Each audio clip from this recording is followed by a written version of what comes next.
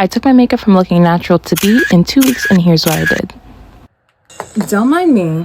I'm watching RuPaul's Drag Race. First things first is skin prep. I was really trying to avoid skin prep for so long, but it really does make a difference in how your base looks. Always remember the rule, thinnest to thickest. So my first step is going to be a toner. Now I like to use a hydrating serum. Moisturizer is one thing we cannot skip. This is going to lock in everything we just put on our skin and keeps you hydrated all day. And if it's the daytime, we cannot forget about SPF. Brows done. If you know, you know. This primer. Good afternoon, Miss Grippy. My methodology when it comes to foundation is, so I've got a bit of hair there, it's just a stippling motion, this beautiful stippling motion where you just kind of pat the product where it is. Just dab, like small dabbing motions. When I first did my improving makeup video, I FaceTimed one of my friends. Every time I see her, her makeup always looks so good. FaceTimed her and she was just like, oh my god, your makeup so good, it looks so natural. And I felt like she just shot me in the chest when she said that. I was like, I don't want it to look natural, I want it to look like I beat my face. How to make it look like I beat my face?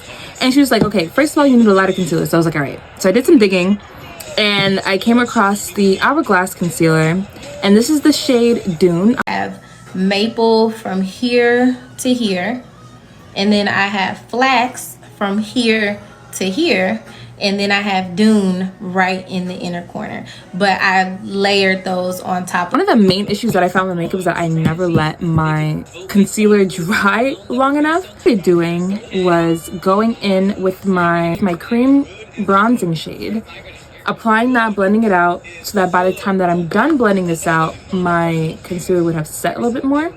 And I take a dense angled brush and I just start going in. So with the contour, I just, I'm going kind of that stippling motion where you just want to keep it where you placed it along my forehead, this semicircle vibe, and then connect it down to the chin and the jaw. So now with a fluffy brush, and I'm just gonna go under and I'm gonna start blending out. I'm convinced some of y'all don't know what a light hand is when blending your concealer, and that's why it's not giving you the look that you want it to give you. You see that? Literal light hand patting. Light hand. And you just want to start by, you know, buffing out the end, like really getting that nice and smooth. Like you can see I'm like just barely tapping it. Take the brush that you use to do your foundation to marry between your concealer and your bronzing shade.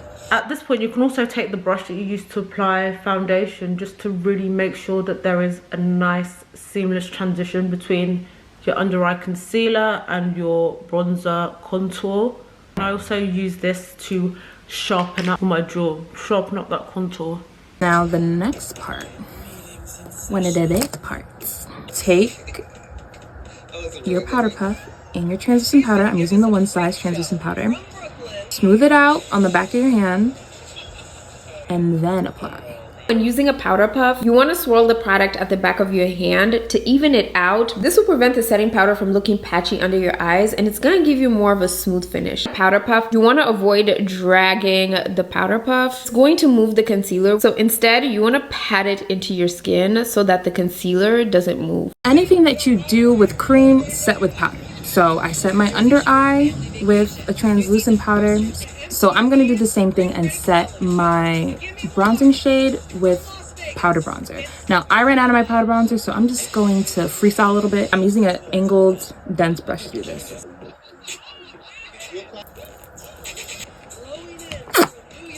No boss.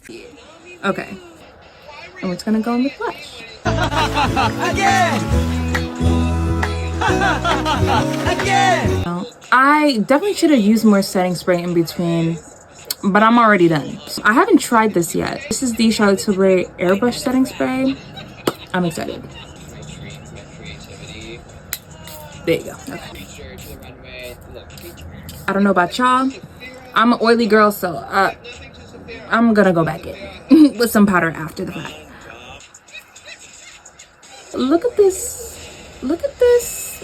Yeah. I'm just going to do my liner, put on my half lashes and tight line, and I'll come back.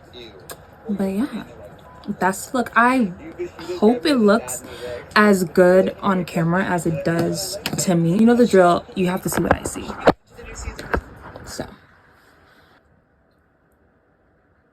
I'm throwing in these live pictures so you can see what it looks like in natural lighting and get into this blend, honey. Oh, I look so good. Okay, bye.